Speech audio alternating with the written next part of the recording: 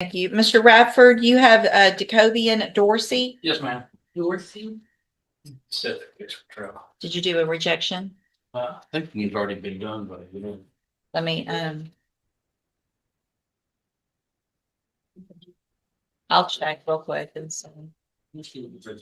Was there anything, hold on, you might not have to do one. Is there anything that's, But he's already, I think I compact lawyers. Looking, we're not gonna call them that. Okay, I'm sorry. Mr. Coleman's notes look like he hasn't changed the offer or anything, Your Honor. Looks like, the offer was 20 Yes, stacked. to stack on top of a sentence he's doing correct now, correct? Yes, ma'am. All right, sir, you're Dacobian Dorsy. Yes, ma'am. And Mr. Dorsey, in cause number 25, DCCR 1896, you are charged with manslaughter. And we've gone over this before. Let me pull it up. Is there the indictment alleges second-degree felony offensive manslaughter, but looks like the state's filed a notice of intent to use prior conviction to enhance your punishment, which means we've gone over before. And when you sign that plea bargain rejection with Mr. Parker, that the state, you would be looking at a first-degree felony if you're found guilty for punishment purposes, which means the minimum punishment would be 5 years up to 99 years or life in prison. You understand that? And the same offer is on the table now, which is a 20-year term in prison that would be stacked on top of a sentence that you're currently serving. Is that your understanding of what they've offered you? And you want to reject that and move forward with trial? Yes, ma'am. All right, we'll get it set on the trial docket. Mr. Radford will begin preparation for trial. Excuse me, that that I'm actually doing time for right now already, that's on appeal. Okay, But that's not a full conviction. all right. Well, if it'll all depend on when we get to the trial. I'll set it on the trial docket. If something gets affirmed by then the conviction would count. If not, then there's some legal issues that we'll take up at that time, which means it would be potentially just the 2 to 20, but we'll take that up at pre-trial. Judge, it looks like a case has been brought over this week from something that happened in the jail. It may be a new harassment or assault on an officer. I think that's going before the grand jury tomorrow, if not tomorrow, next week. And I just asked that we put this on the trial docket. I don't think it's going to change. No, yeah, we're going to go to put this one on the trial docket and then we'll deal with that one when it comes. Thank you. Thank you, Mr. Nichols. You can go back with the bailiff. May I be excused? Yes, sir. Thank you. Yeah, I'll go back. You too. What do you learn? You gotta go. And did you plead guilty because you actually did what they've charged you with? I have here on the tablet some documents that have your signature on them that the state's marked as exhibit number 1. Before you signed these, did you go over them with Mr. Parker? Yes, Do you fully understand them? yes, ma'am. And do you understand if I follow the agreement that you've made with the district attorney, that you'll be waiving or giving up any right to appeal? Yes, ma'am. Do you also understand if you're not a U.S. citizen that a plea of guilty or no contest may result in your deportation, exclusion from admission to the country, or denial of naturalization under federal law? Yes, ma'am. State tenders number 1, Objection? it's admitted. Is there any evidence that Mr. Bell is not competent? No, Your Honor. All right, sir, I'm going to find that you entered your plea of guilty freely and voluntarily. Find that you're mentally competent and you understand the nature and the consequences of your plea. Find sufficient evidence to find you guilty, and at this time find you guilty of driving while intoxicated, 3rd or more. Sentence you in accordance with that agreement to a term of 8 years in the institutional division of the Texas Department of Corrections. You will receive credit on that sentence for any time that you've been in custody that the law gives you the right to receive. I will also, as part of that plea agreement, sign the dismissal in cause number 25 DCCR 1211. I'm handing you the trial court certification. Shows that this was an agreement that I followed, and so you have waived your right to appeal. I also handed you a written admonishment regarding your ineligibility to possess a firearm or ammunition. Because of the judgment entered against you, you're ineligible under Texas law to possess a firearm or ammunition. Possession of a firearm or ammunition could lead to charges against you. If you have any questions about the laws that make you ineligible to possess a firearm or ammunition, or about how long that lasts, you can talk with Mr. Parker. All right, good luck to you, sir. You can go back with the bailiff.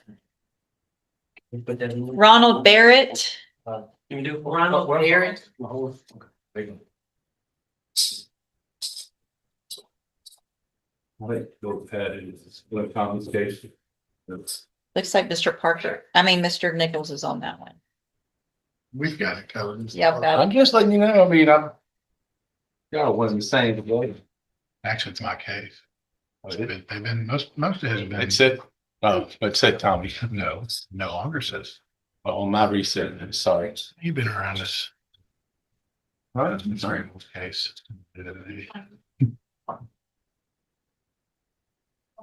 Good morning, sir. Are you Ronald Barrett Jr.? Yes, no. And Mr. Parker, will your client waive the formal reading of the indictment? Yes, Your Honor.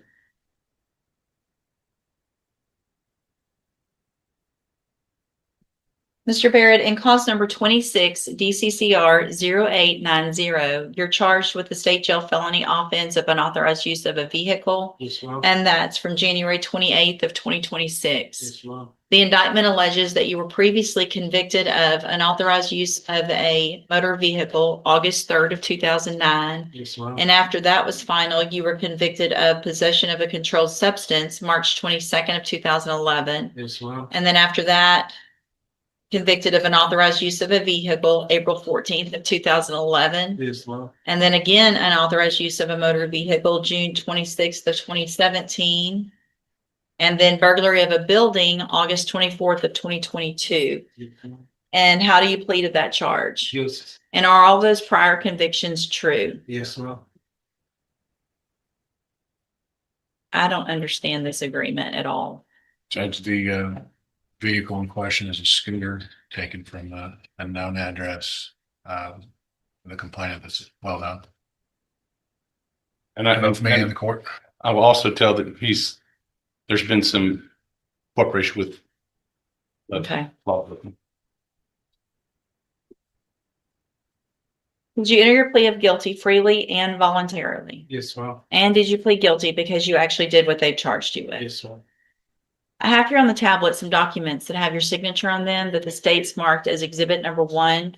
Before you signed these, did you go over them with Mr. Parker? Yes, ma'am. Do you fully understand them? Yes, ma'am. And do you understand if I follow this agreement that you've made with the district attorney that you'll be waiving or giving up any right to appeal? Yes, ma'am. And obviously you can tell that I don't like this agreement, but I understand there's some circumstances that Mr. Nichols and Mr. Parker have negotiated for that. Yes, ma'am.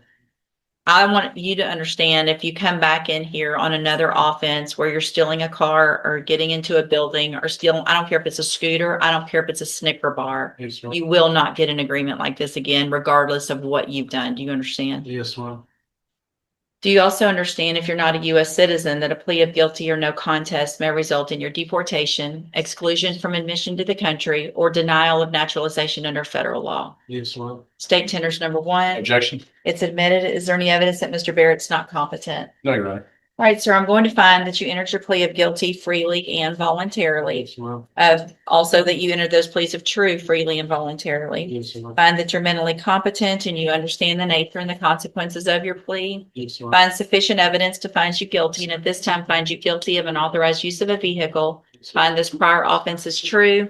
Sentence you in accordance with your agreement to a term of 2 years in the state jail, in the Texas Department of Criminal Justice. Yes, ma'am. You will receive credit on that sentence for any time that you've been in custody that the law gives you the right to receive. Yes, ma'am. I've handed you the trial court certification that shows this was an agreement that I followed, so you have waived your right to appeal. Yes, ma'am. I also handed you a written admonishment regarding your ineligibility to possess a firearm or ammunition. Yes, ma'am. Possession of a firearm or ammunition could lead to charges against you. Yes, ma'am. If you have any questions about the laws that make you ineligible to possess a firearm or ammunition, or about how long that lasts, you can talk with Mr. Parker. Yes, ma'am. Good luck to you, sir. You can go back with the Thank paper. you. All right, thank you. Sean Johnson, It's revocation. He may be. This. ooh, a snowboarder. Isn't that his name? Huh? Yeah, the snowboarder. Oh. I was thinking of the gymnast. Oh, yeah. Perfect. Okay, That's what I thought. no, getting confused. I'm gonna Sean White. Yeah. Right. Sean Johnson is the gymnast. Probably not the same, definitely. Yes, ma'am.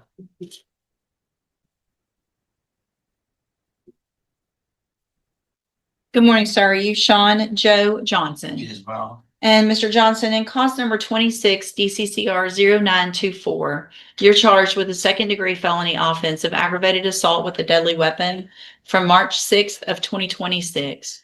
Your indictment alleges that you were previously convicted of burglary of a habitation, a second-degree felony, July 8th of 2016.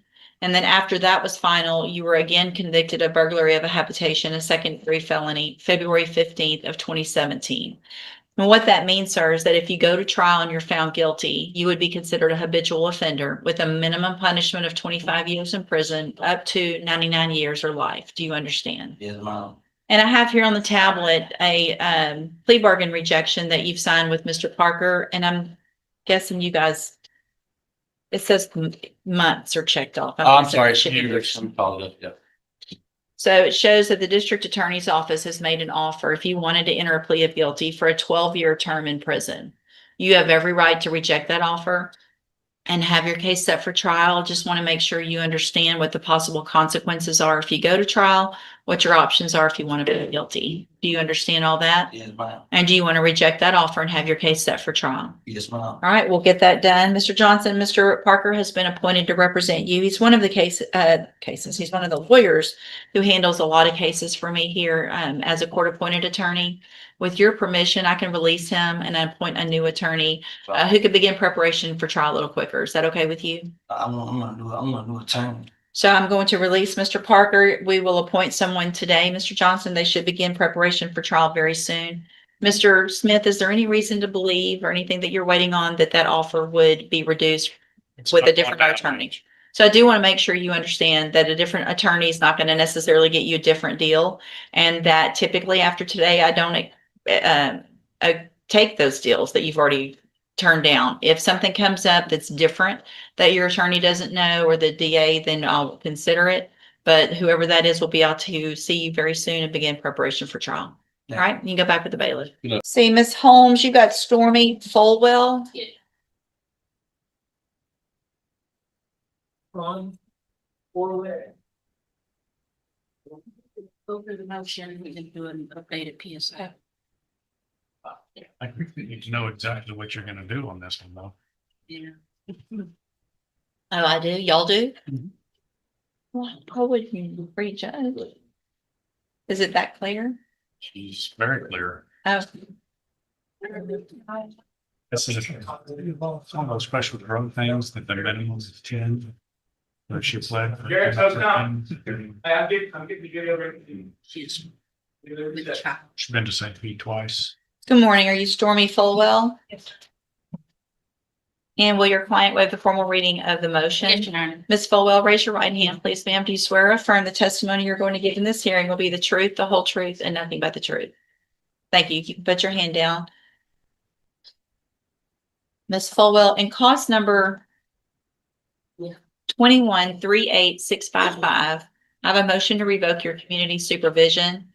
Shows that you were placed on probation January 26th of 2022 for possession with intent to deliver a controlled substance, a first-degree felony. And that was a 10-year term in prison that was probated for 10 years. Is that correct? The motion alleges that you violated your probation. It alleges in count 1 that you provided a urine sample January 26th of 2026 that tested positive for methamphetamine. Is that true or not true? January 22nd. January 22nd of 2026, excuse me. Is that true or not true? Yes, sir. True or not true? Thank you. Count 2 alleges that you failed to provide verification of performing the community service hours as required. And is that true or not true? True. Count 3 alleges that you failed to successfully complete the SafeP program and that you were unsuccessfully discharged from the supportive outpatient treatment on January 22nd of 2026 because you tested positive there for methamphetamine, amphetamine, and ecstasy. And is that true or not true? True. Count 4 alleges that you failed to submit to alcohol or drug screening January 21st and February 2nd of 2026. Is that true or not true? But that is not true. Count 5 alleges that you're behind in your court assessed fees as of February 6th of 2026 in the amount of $4,205. Is that true or not true? True. Did you enter your pleas of true to counts 1, 2, 3, and 5 freely and voluntarily? And did you plead true to those counts because they're actually true? All right, then I'm going to find that you entered your pleas of true to counts 1, 2, 3, and 5 freely and voluntarily. Find those counts true. Find sufficient evidence to revoke your probation. I'm going to reset your case for sentencing and ask the probation department to do an updated report that'll give me more information about what's been going on. Also, if there's anything that you think is important for me to know, get that information to Ms. Holmes and she'll present it to me on your behalf when we come back. All right, you can go back with the bailiff. Thank you for being here, ma'am. Stop. Jasmine Hancock. Yes, sir. Those are the objections. Okay.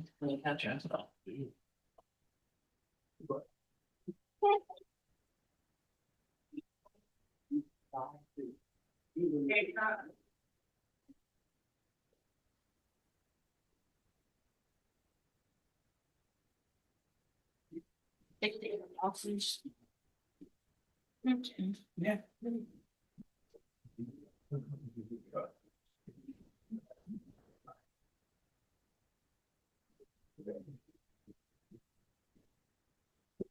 Good morning, sir. Are you Jasmine Tyrone Hancock? Yes, Mom.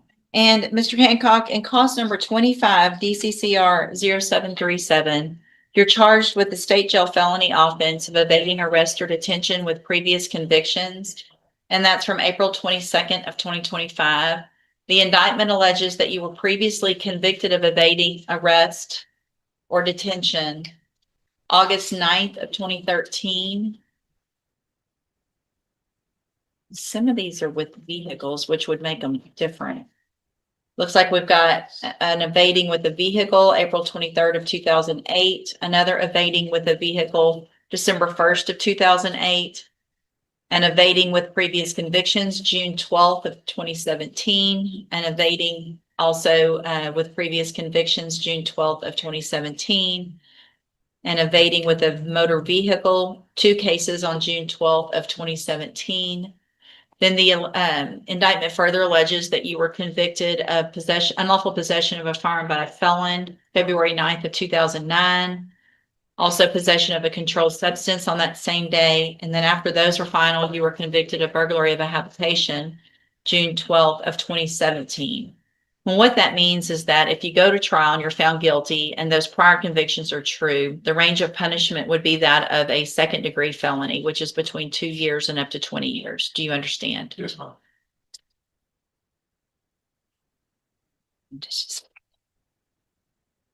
So in clause number 25, DCCR 0738,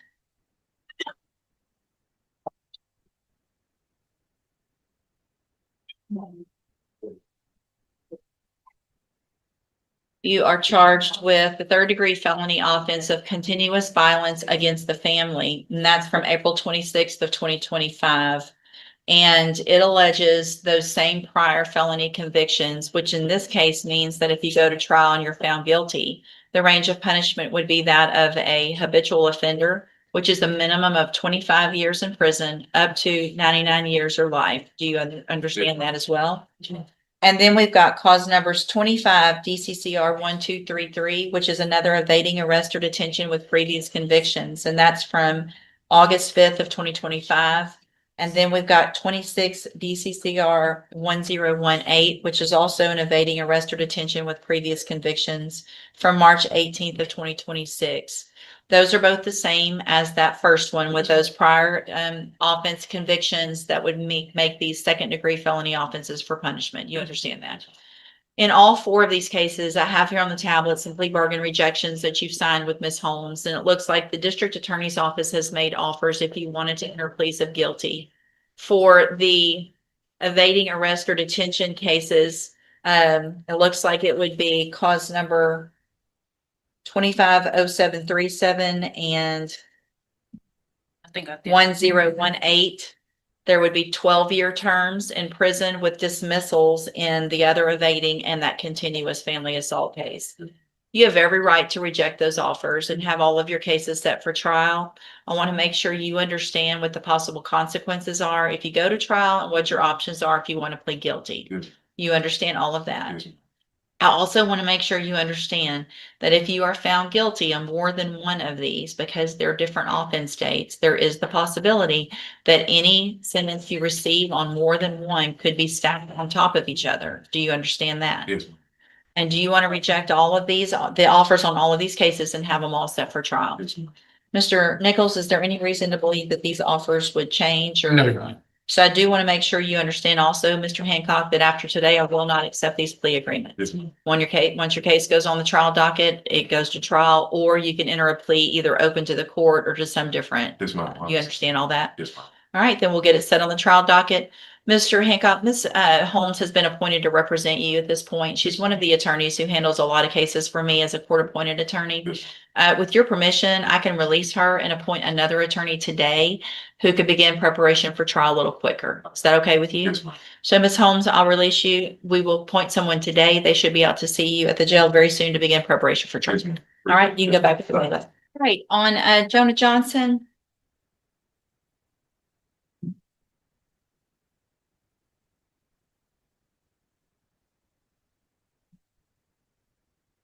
Good morning, sir. Are you Jonah Johnson? Yes. And Mr. Johnson, in cause number 25, DCCR 1775, you're charged with the second-degree felony offense of aggravated assault with a deadly weapon. And it looks like, has there been I guess I'm confused because the offers, 25 should be 20. It's 2 to 20. it's a 2 to 20, and I don't see, is there going to be, or has there been, I don't see a notice of extraneous other convictions. There is no, that's right, Judge. It should, the max is 20, Judge. So really, there's no offer. It's just to plead open or plead guilty to the max. Is that? Judge, I was under the impression it was first degree.